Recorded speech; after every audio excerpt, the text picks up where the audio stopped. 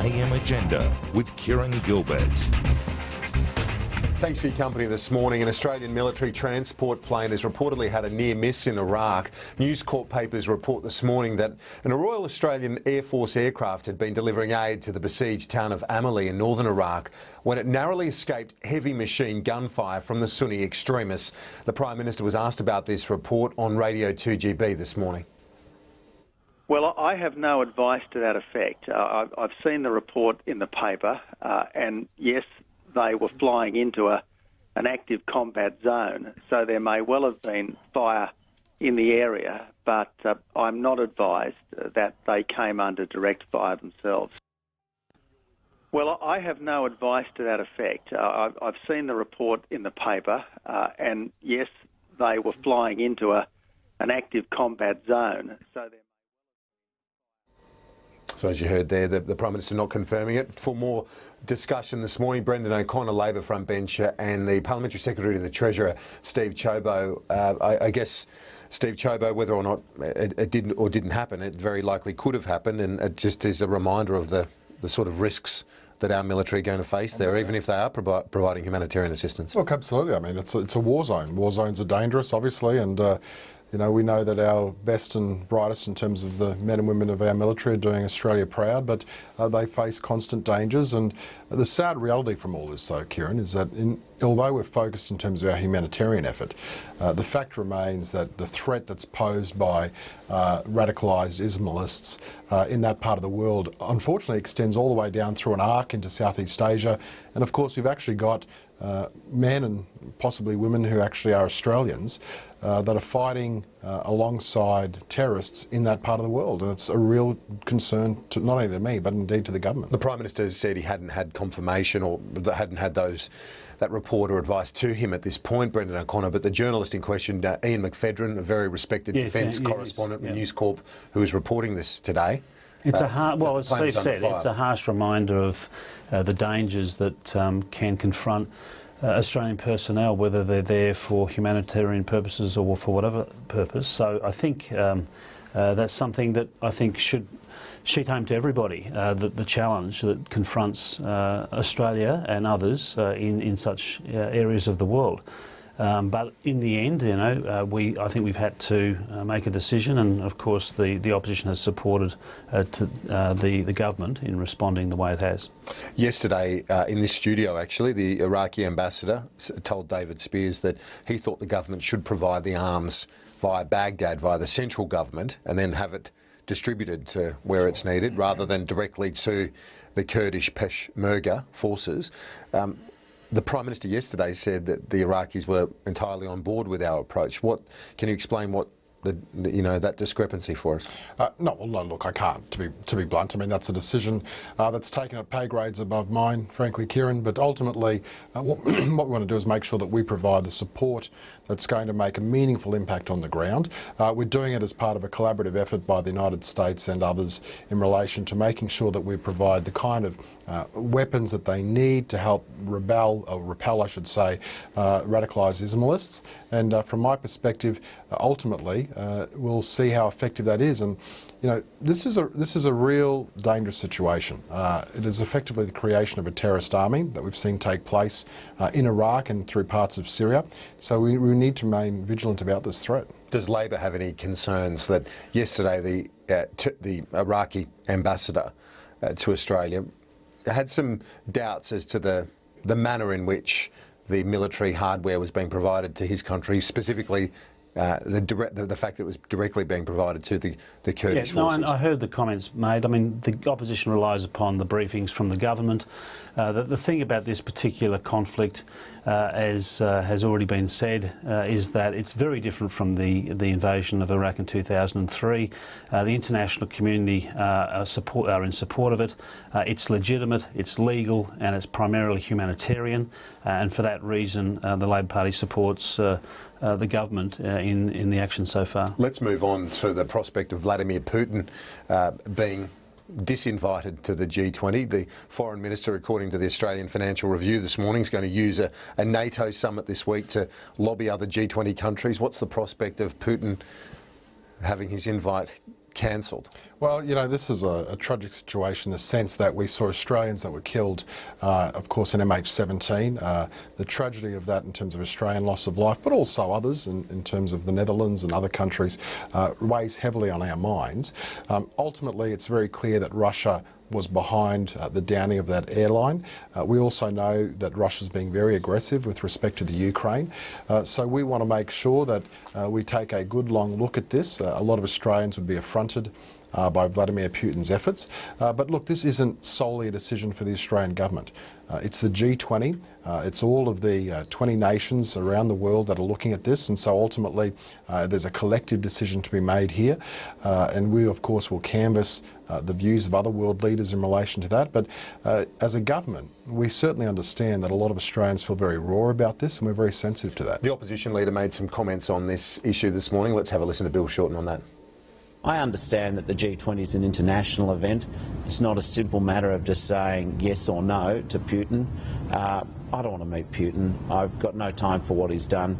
But I get that the government has it's got to work through the issues. So am I 100% about this matter? No, but you know, I'm 90% about what I think about Putin and whether or not he should come to Australia.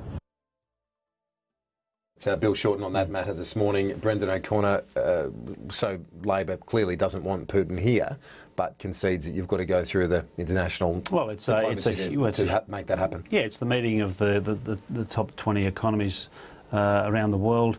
There's a collegiate decision-making process that has to take place, but clearly, given the conduct of Mr Putin and his government, and of course in relation to the tragedy of the Malaysian carrier that went down with so many Australians on board and others, we want to send the strongest possible message. And I think Bill Shorten was outlining that we want to see sanctions increased.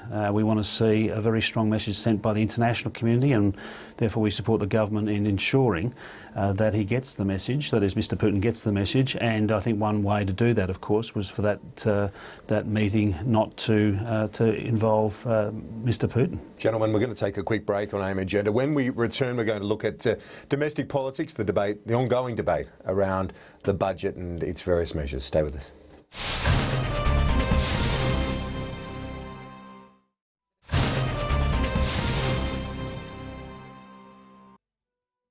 This is AM Agenda. Thanks for your company with me this morning. Steve Ciobo and Brendan O'Connor. Gentlemen, I want to look to domestic politics now and this issue of the Superguarantee. This morning, Bill Shorten at his news conference made some comments and basically saying that the Treasurer has now got all the power to decide when and if people get an increase in their superannuation rates. I'll play that comment for you in a moment. But first, Steve Ciobo, is that true? Is the government planning to delay the increase in the superannuation guarantee further? Not beyond what we've announced, but let's be clear on what this legislation is about. This legislation is actually the repeal of the mining tax, something that we took to the last election. Something that we have a clear mandate from the Australian people on. It really is at the epicentre of Labor's failed economic management of this country. The mining tax had about $16 or $17 billion of expenditure associated with it, and it raised 0.5% of the forecast revenue. Sure, but why should the Treasurer have the power to decide himself when people get a super increase? Why shouldn't it be legislated? Well, because there is a change here in this bill now. Well, you know, Kieran, the reality is in this Parliament that we've got to deal with a Senate crossbench. And so I think it's important that we have certainty for business.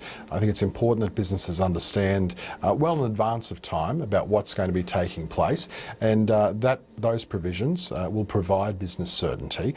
But it's only one aspect. The much more important aspect of this is our attempts to repeal the mining tax, to make Australia more competitive, to stop breaking, or I should say to start breaking away from Labor's failed track record, where we're borrowing $1 billion a month just to pay the interest on the debt that Labor accumulated. But can you say that the government won't? Can you give a commitment the government won't push back beyond 2022 the super Superguarantee increase. You know, well, this legislation is about trying to achieve the repeal of the mining tax. But you can't give that, can you? Because why else would you put that in the bill? I can't. You're asking me to predict what the Parliament's going to do.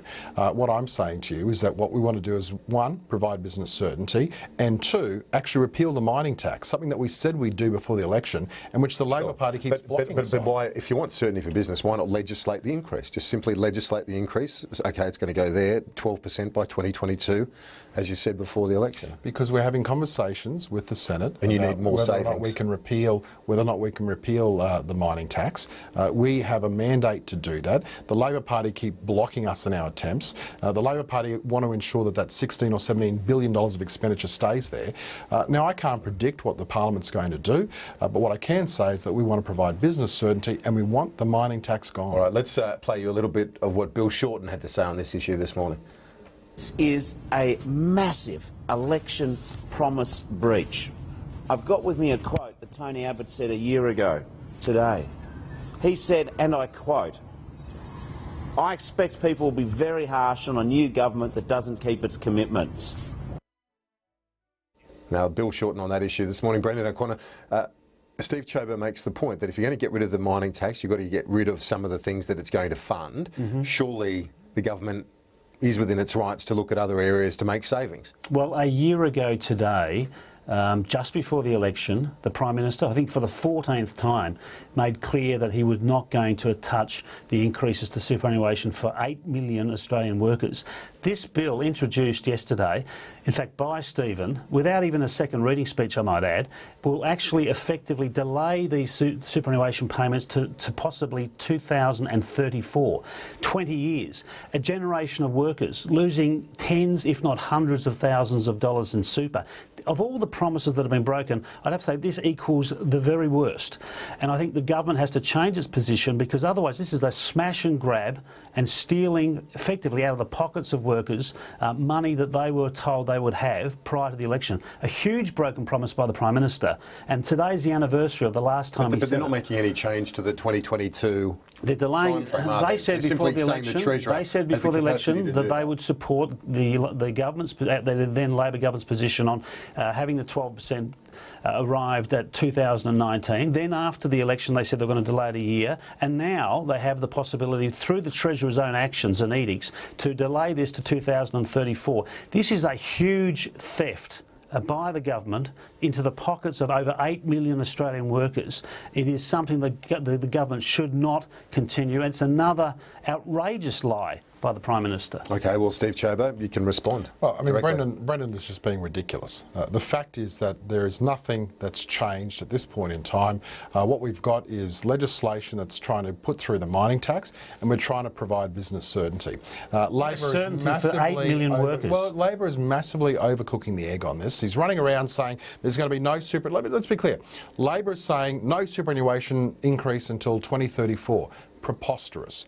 Absolutely rubbish, completely false, untrue. What we're trying to do is put in place a framework that enables us to repeal the mining tax. And frankly, if Labor actually manned up and got out of the way and stopped repealing something we've got an electoral mandate Liberals have never voted for then it would be a better outcome. But you might not. Well, you could have a delay in it.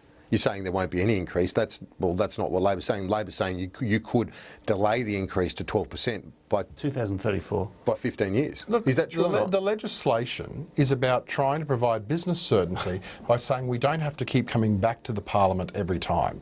That's what this is about. Saying we don't want to have to keep coming back to the Parliament every time. Because the bill that we're putting through at the moment is a bill to repeal the mining tax. We want the mining tax gone. We've got a mandate for it. It's got $16 or $17 billion of borrowed money associated with it, and the Labor Party should get out of the way. We had the spectacle of yesterday, Stephen himself as Parliamentary Secretary, moving the second reading bill without even giving a speech to explain the intent of the legislation. I mean, it's a shambles. This government is dysfunctional and dishonest. It has stolen, effectively, money from workers. It promised before the election, the Prime Minister promised on this day a year ago that there would be no change to that superannuation increase over that period. And now, this impact will be the greatest economic impact, if it was allowed to proceed, on Australian workers workers than anything inside the budget. The government had the mandate to remove the mining tax, and if they can't, but if they can't find savings elsewhere, surely they've got to find them somewhere, don't they? They put the gun to the head of 8 million workers,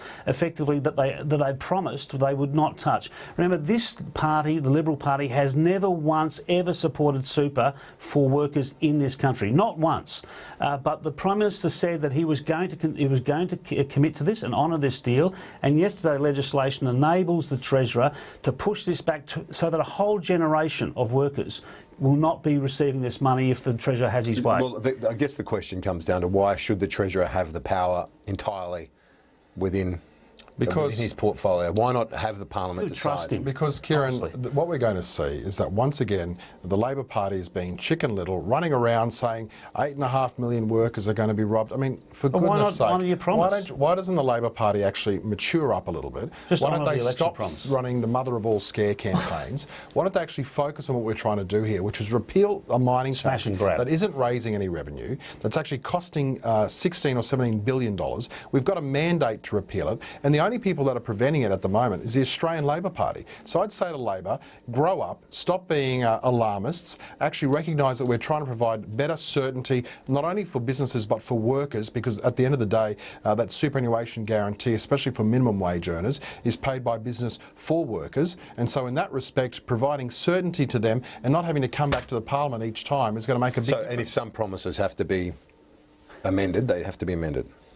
Absolutely not. That's not what part of our focus is. You've just done that. What we're trying to do, as I said, is put in place a framework that provides certainty to business. Okay. You know, we can't rely on the Australian Labor Party to respect our mandate. We can't rely on the crossbench. And so we need to make sure that we take maximum advantage. But I guess Labor's got to also accept some accountability. If they've got the mandate to remove the mining tax, they're going to have to find savings. Well, this is the Treasurer who said... You're blocking everything, including the savings you put up yourself. Well, let's explain the Treasurer's position. He said this tax was no good because it doesn't collect revenue. Now it's saying because he's repealing something that was not collecting revenue, he's got to steal money from workers. I mean, it doesn't make any sense. You can't on one hand argue that the tax does not collect revenue, and on the other, move back the superannuation dates, which will deprive a generation of workers... This work for the dole thousands of dollars. The front page of... not the work for the wait for the dole, the front page of the Australian. Patricia Carvelis reporting that unemployed people under 30 would face a shorter wait for the New Start allowance. Is there a concession in government that you're not going to get that 6-month wait through, that you're going to have to amend that? We continue to have mature conversations with the crossbench. We can't have them with the Australian Labor Party for exactly the reasons that people have seen this morning. Brendan's hyperventilating and going red in the face and saying how money's being stolen off workers. It's completely false. It's completely rubbish. What we're trying to do is negotiate in a mature way with the crossbench to try to bring about the kind of structural reform this country needs to make it sustainable. We can't continue borrowing $1 billion a month just to pay the interest on the debt that Labor accumulated. We need to make change. We can make small changes now, or we have to make very severe changes down the track. Is there a concession in the government that the 6-month proposal unveiled in the budget is not going to fly? You know, we're going to continue having conversations with the crossbench, Kieran. I think it's unrealistic. Yes. I think it's unrealistic to expect that we'd be providing commentary on every single idea that's floated by some person or the other. What we want to do is make sure we secure passage of the last few remaining structural reforms that we're attempting to make in the budget, and we want to do that with the support of the crossbench because, frankly, the Australian Labor Party will sacrifice the national interest in the name of short-term political populism and short-term political opportunism by Bill Shorten and his Labor colleagues. And if the government can get this deal through, obviously Labor's not going to compromise at all on it. Well, we didn't believe that people under the age of 30 who look for work each day, every week, every month for those 6 months receive no support. That's the end of mutual obligation. And for that reason, we couldn't support that. And I'm not surprised the crossbenchers don't support it either. And that's why the government will have to backflip. I mean, it's as silly and as absurd as the 40 jobs applications that have to be put in every month, which they've also backflipped on. Bad policy doesn't survive. All right, gentlemen, thank you. Brendan O'Connor, Steve Ciobo. Have a good day. Pleasure. A quick break on AM Agenda, back in just a moment.